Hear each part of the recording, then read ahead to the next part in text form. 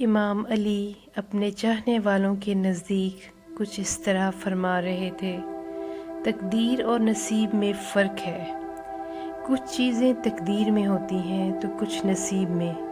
تو کسی نے کہا، یا علی، ہمیں کیسے معلوم ہوگا کہ تقدیر اور نصیب میں کیا فرق ہے؟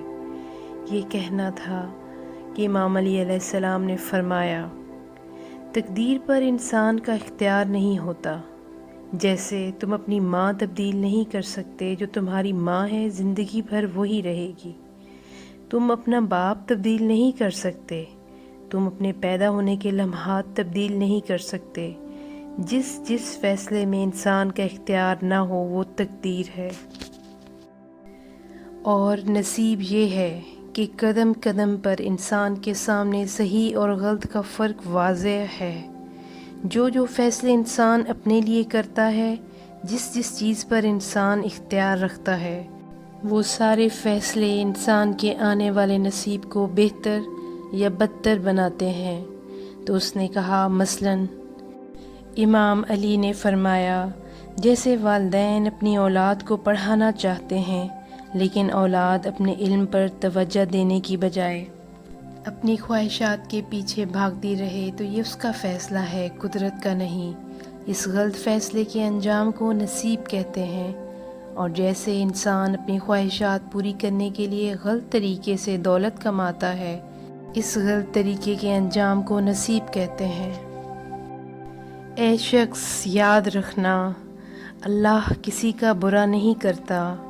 انسان کے غلط فیصلے انسان کا برا کرتے ہیں۔ تو اس نے کہا، یا علی، اگر کوئی صحیح فیصلے کرتا رہے پھر بھی اس کی ساری زندگی تکلیفوں سے بھر جائے تو پھر؟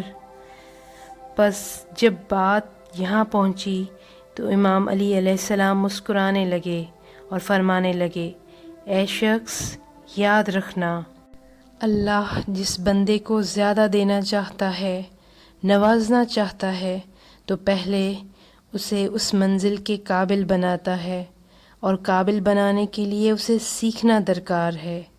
یاد رکھنا، اللہ جسے سکھانا چاہتا ہے تو اسے نہ کسی مکتب بھیجتا ہے نہ کسی استاد کے پاس، بلکہ اسے تکلیفوں کا زیور پہناتا ہے کہ زمین پہ انسان کو سکھانے کے لیے سب سے بہترین استاد تکلیف ہے۔ اللہ اس کی تقدیر میں تکلیفیں اس لیے لکھتا ہے تاکہ وہ تکلیفیں دیکھ دیکھ کے منزل کے قابل ہو جائے، جو منزل اللہ نے اس کے لیے رکھ دی ہے۔